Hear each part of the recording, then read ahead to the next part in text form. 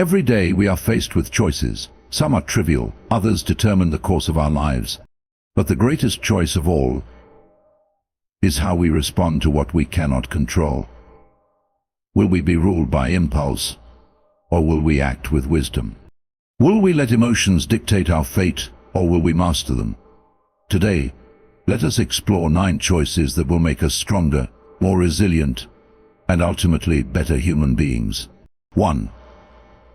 Choose to master your reactions. You cannot control what happens to you, but you can control how you react. No insult, no setback, no hardship has power over you unless you grant it. When provoked, pause. When anger rises, breathe. Let reason, not impulse, guide your actions. 2.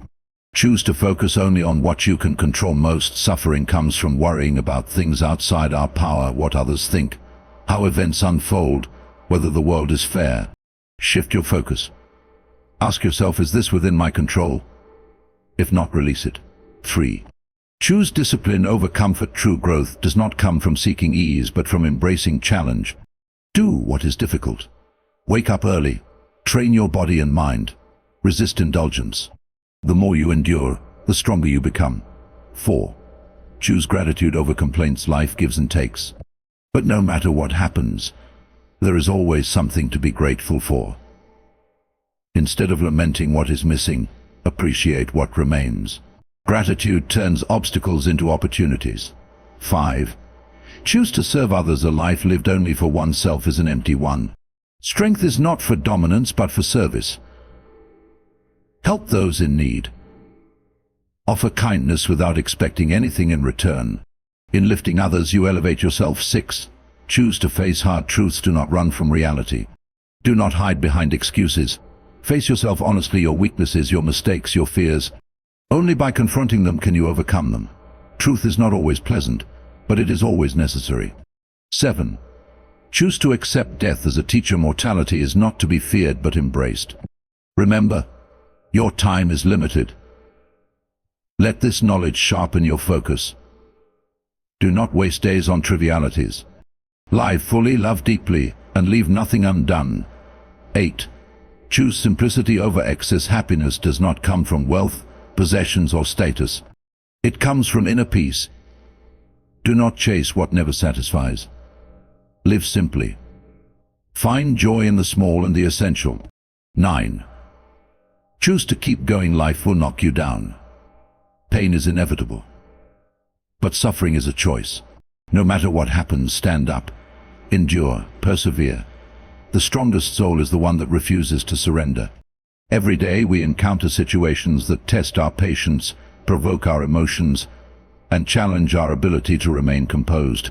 A harsh word from a stranger, an unexpected setback, a betrayal by someone we trusted. Each of these events holds the power to stir frustration, sadness, or even rage. Yet, in truth, none of these things have any power at all, except that which we give them. No insult, no misfortune, no injustice can shake us unless we allow it. The real battle is never with the external world, but with our own minds. Mastering our reactions is the foundation of true strength. Imagine a storm raging across the ocean. The surface is wild, waves crashing in all directions, but deep below the water remains still. Most people live at the surface, easily disturbed by the winds of fate. The wise, however, anchor themselves deep below, where calmness endures regardless of what happens above. This is the difference between those who let external events dictate their emotions and those who remain steady no matter the circumstances. We often think that our feelings are beyond our control, that anger, sadness, or frustration simply arise on their own. But this is a mistake. Our emotions do not come from events themselves, they come from our interpretation of those events. If someone insults you, the words alone mean nothing. It is your judgment that makes you feel offended. If you see the insult as a personal attack, you will grow angry. But if you see it as meaningless noise from an ignorant person, it will not trouble you. The insult does not hurt you, your reaction does. This understanding gives us great power. It means that we do not have to be ruled by impulse, that we do not have to be carried away by every emotion that arises. We have the ability to pause, to step back, and to choose how we will respond. The moment between stimulus and response is where our freedom lies. When provoked, we can lash out or we can remain still. When criticized, we can be defensive or we can be indifferent. When faced with hardship, we can despair or we can endure. Controlling our reactions does not mean suppressing our emotions.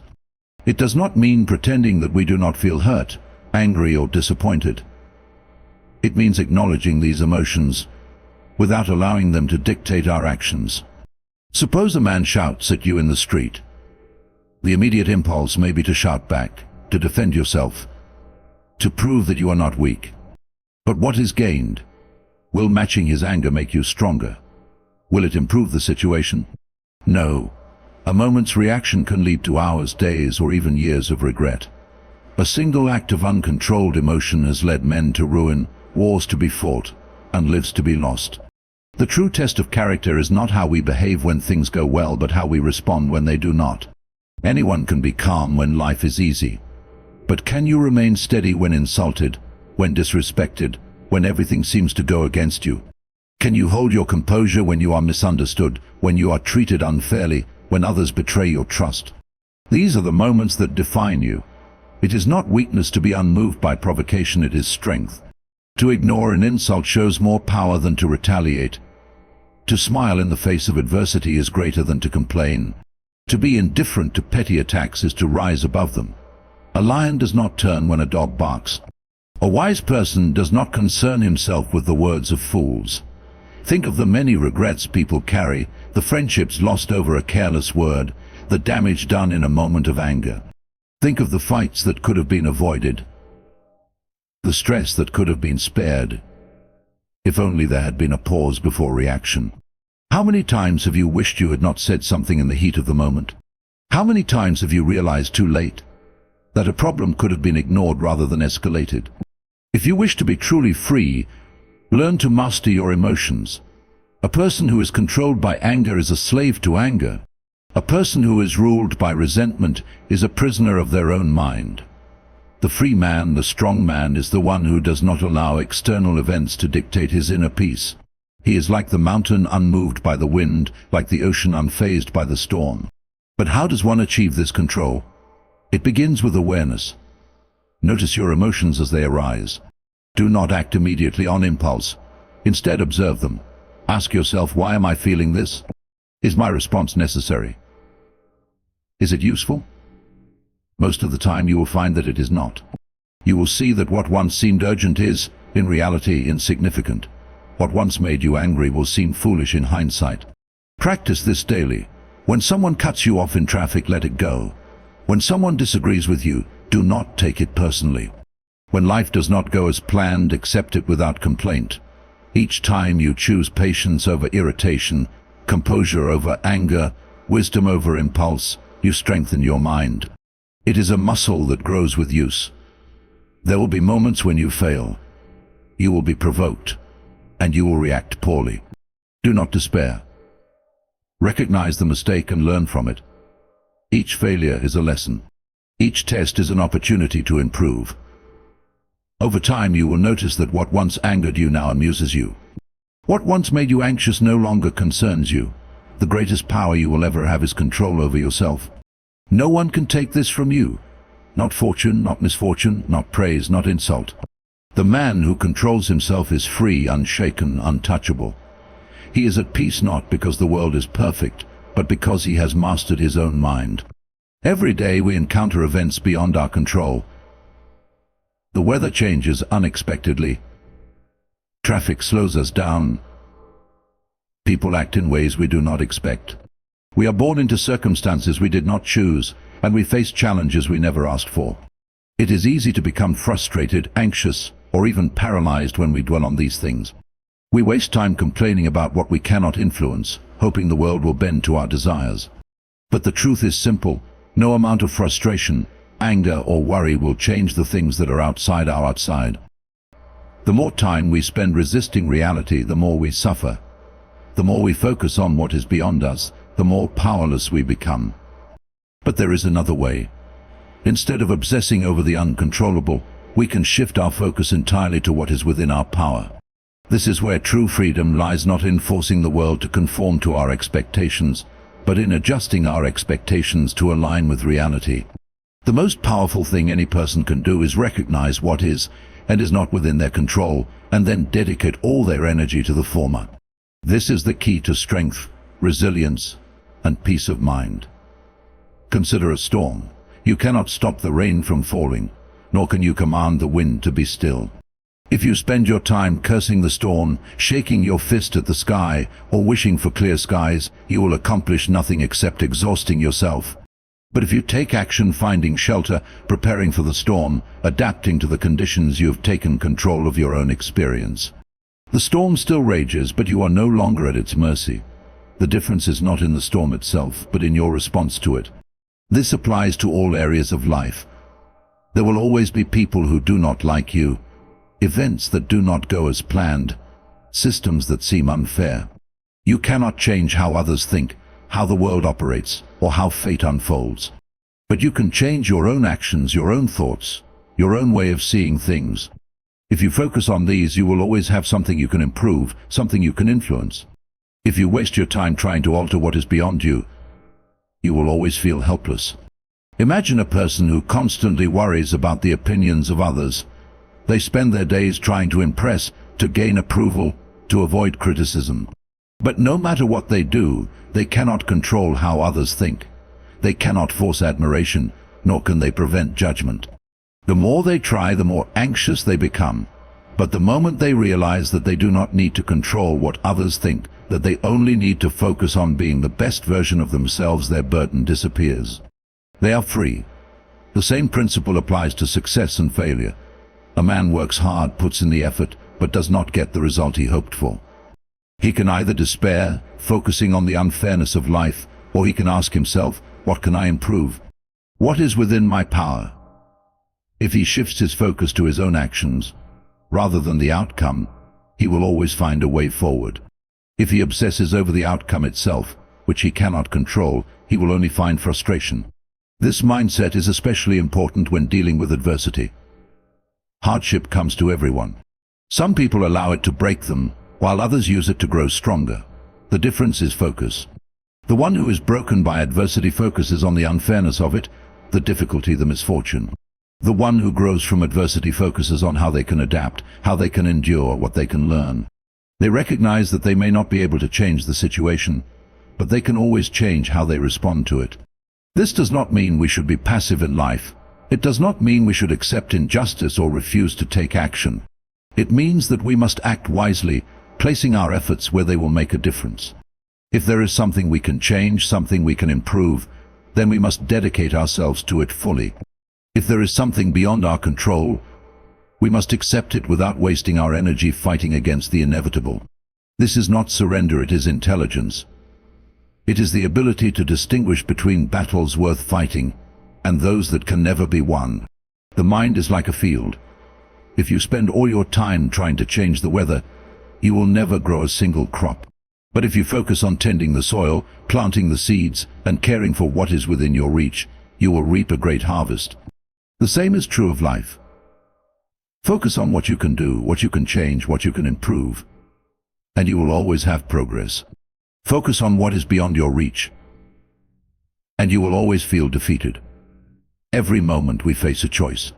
We can complain, blame, and resist what we cannot change, or we can adapt, act, and move forward. The former leads to frustration and suffering.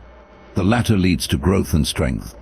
The world will always be unpredictable. People will always be imperfect. Circumstances will always shift beyond our control. But within each of us is the power to decide how we will meet these challenges. Will we waste time wishing for a different world, or will we master ourselves and make the best of what is before us? The answer determines the kind of life we will lead. Life is not meant to be easy. The path of least resistance leads nowhere worth going.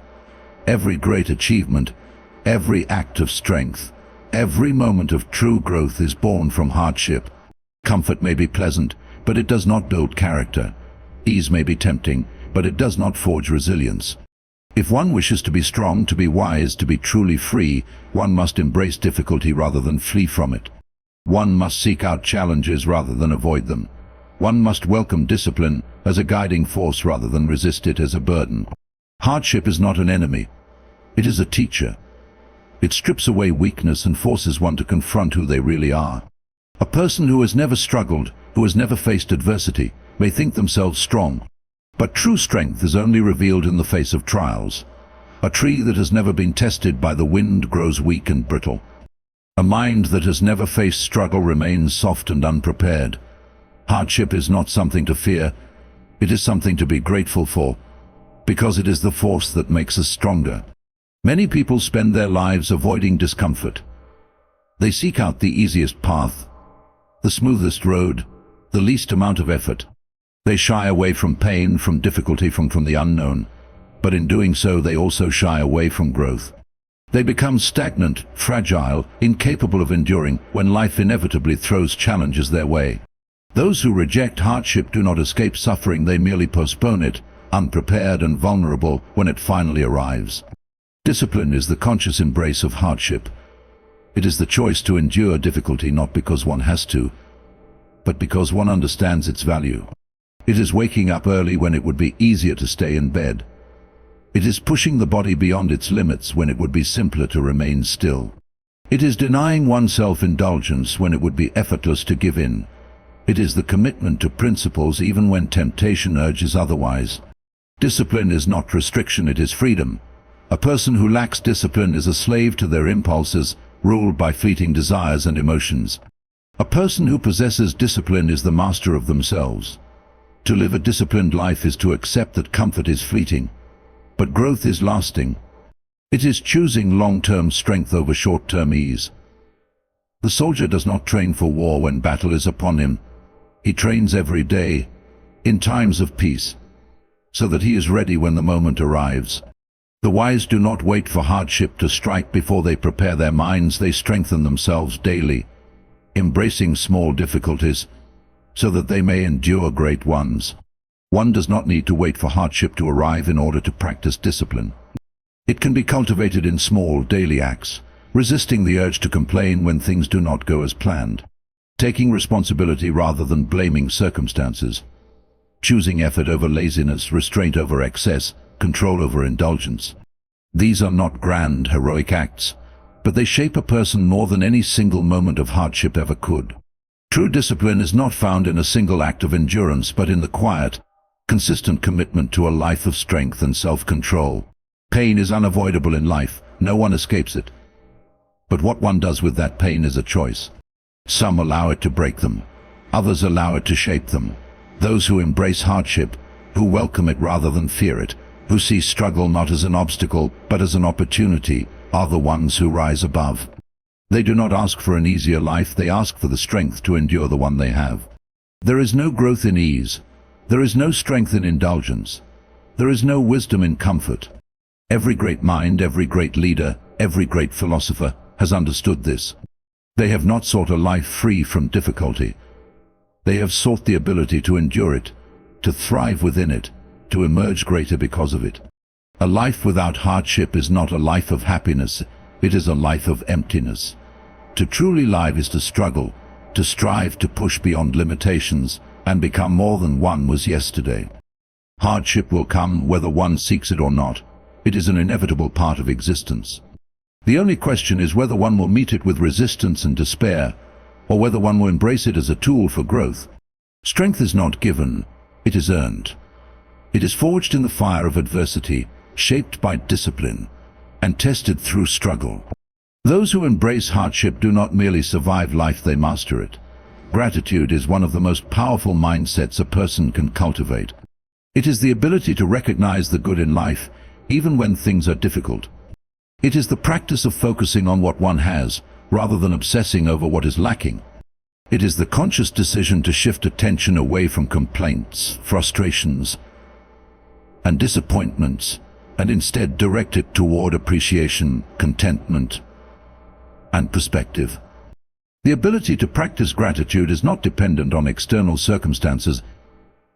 It is a skill, a way of thinking that can be developed regardless of one's situation. Many people spend their lives chasing things they believe will bring happiness. They think that if they could just achieve a certain level of success, acquire a certain possession, or reach a specific milestone, Then they will finally feel satisfied. But this is an illusion. The moment they obtain what they once desired, their focus shifts to the next goal, the next thing they lack, the next problem that needs solving. This endless pursuit of more ensures that contentment is always just out of reach. They are like a person trying to fill a bucket with a hole in the bottom. No matter how much they pour in, it is never enough. Gratitude offers a way out of this cycle.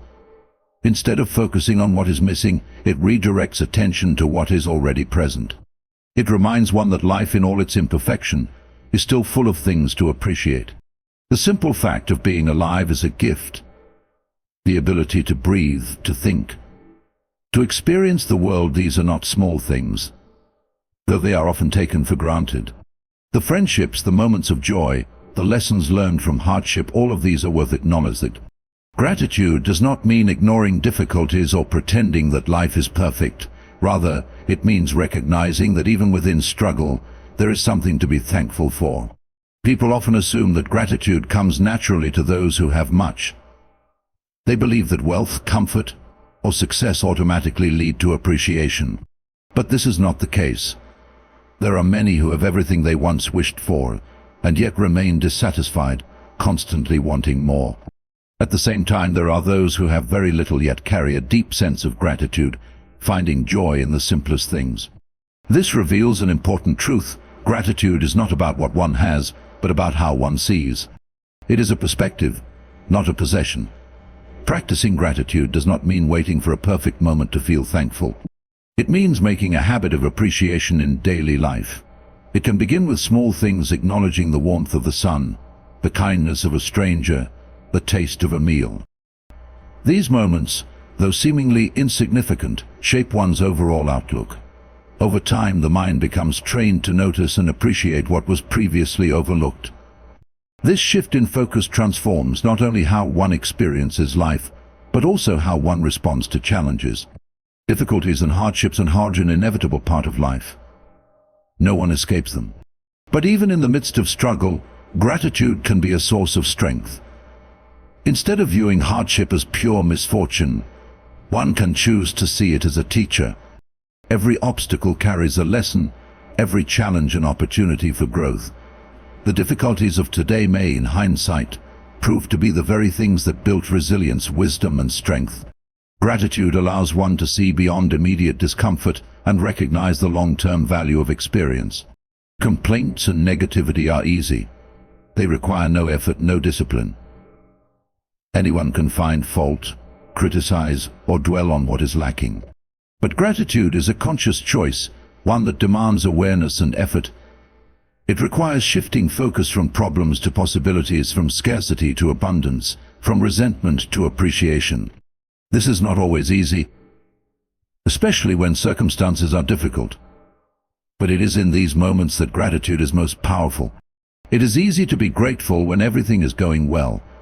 The true test is whether one can maintain gratitude in the face of adversity. A grateful person sees life differently. They are not blind to challenges, but they are not consumed by them either. They recognize that every day brings something to appreciate, no matter how small. This mindset does not just create inner peace, it also influences how one interacts with others. Gratitude fosters patience, kindness, and generosity. A person who appreciates what they have is less likely to envy, resent, or compete with others. They are more likely to uplift, encourage, and support. Their gratitude extends beyond themselves and enriches those around them. It is easy to take things for granted, to assume that what is here today will always be there tomorrow. But nothing in life is guaranteed. The people we love, the opportunities we have, the simple pleasures of daily existence, all of these can disappear in an instant. Practicing gratitude means recognizing their value while they are still present. It means not waiting until something is lost to appreciate it. Happiness is not found in acquiring more, but in appreciating what is already here. The person who learns to practice gratitude does not need perfect circumstances to feel content. They do not need to chase endlessly after the next goal, the next possession, the next achievement. They find fulfillment in the present moment. This is the power of gratitude. It does not change external reality, but it changes how one experiences it. And in doing so, it transforms life itself. A life lived only for oneself is a small life. It is easy to fall into the habit of prioritizing personal desires, chasing individual success, and focusing solely on one's own comfort. The modern world often encourages this mindset, teaching people to seek happiness through self-interest, material gain, and personal achievement. But true fulfillment does not come from accumulating more for oneself. It comes from giving, from serving, from living for something greater than personal ambition. A life dedicated to others is not a sacrifice, it is an expansion of the soul. It turns existence into something meaningful, something with purpose beyond temporary pleasure. To live for others does not mean to neglect oneself. It does not mean to become a martyr or to deny personal needs entirely. It means recognizing that the deepest joys in life come not from selfish pursuits, but from contributing to the well-being of others. When people focus only on themselves, they often find that no amount of success or wealth brings lasting satisfaction. But when they shift their attention outward, when they help, support, and uplift those around them, they find something far greater than personal gain. They find a sense of purpose that no amount of self-indulgence can provide. Every person has the power to improve the lives of others. This does not require grand acts or heroic deeds.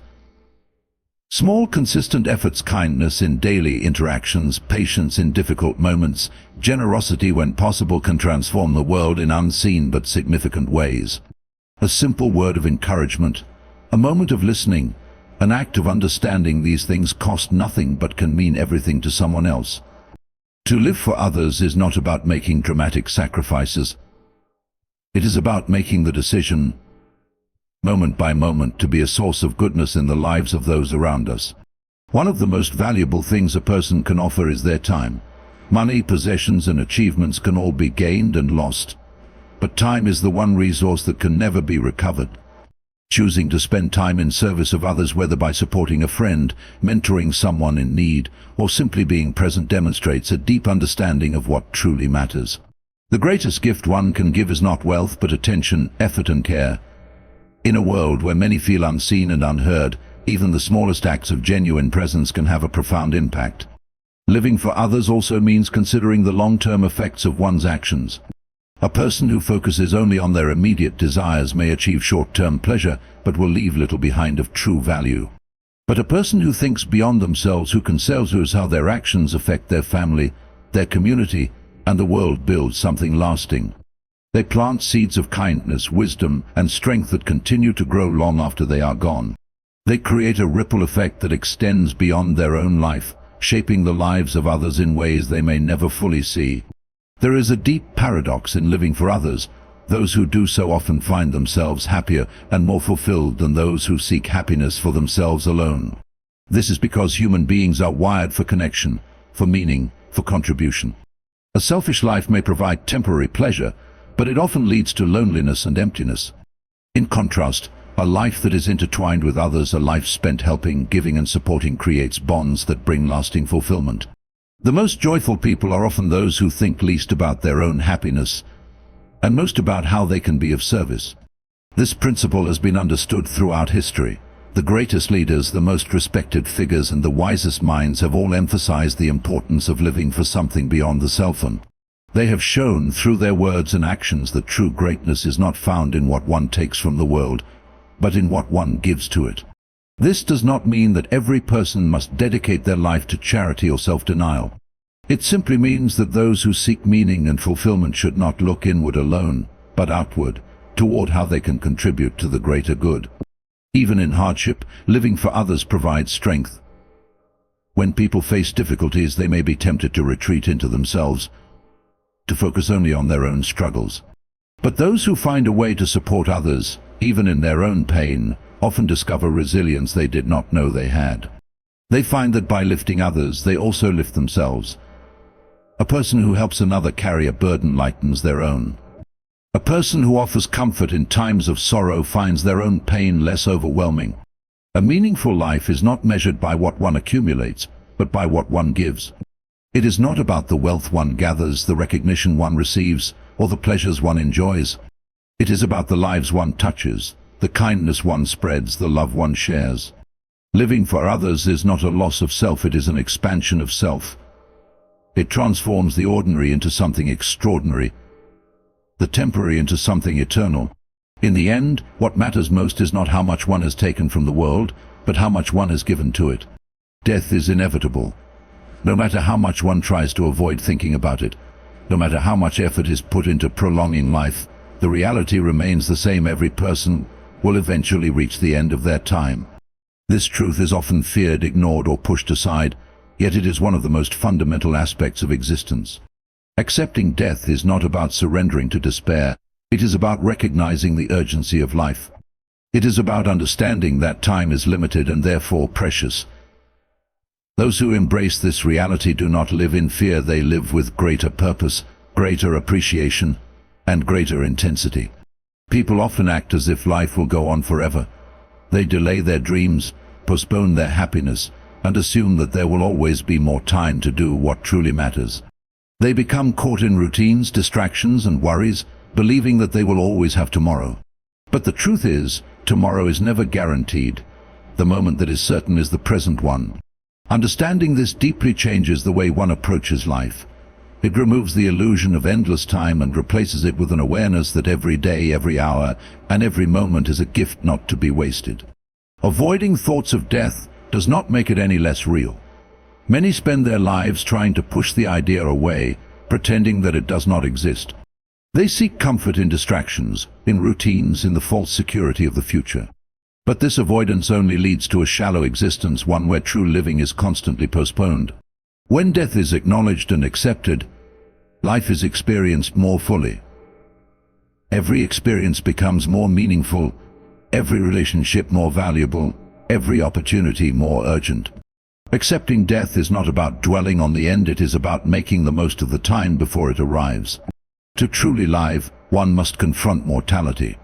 This does not mean living recklessly or without caution, but it does mean stripping away the fears that prevent full engagement with life. Many hesitate to take risks, to express love, to pursue their passions, because they fear failure, rejection, or uncertainty. But when death is accepted as an unavoidable part of existence, these fears lose their power. The opinions of others become less important. The fear of embarrassment or rejection fades. What remains is the realization that life is too short to be spent in hesitation. The acceptance of death also brings a sense of peace. Many live in constant anxiety, fearing what will happen to them, worrying about things beyond their control. But once death is understood as a natural part of life, these worries begin to dissolve. There is no need to cling desperately to youth, to possessions, or to status, because all of these things are temporary. Instead of resisting the flow of time, one can learn to move with it, appreciating each stage of life for what it is. There is no need to fear the end when one has lived fully. Living fully means being present. It means not letting time slip away unnoticed. It means appreciating the small moments, the laughter of a loved one, the warmth of the sun, the feeling of being alive.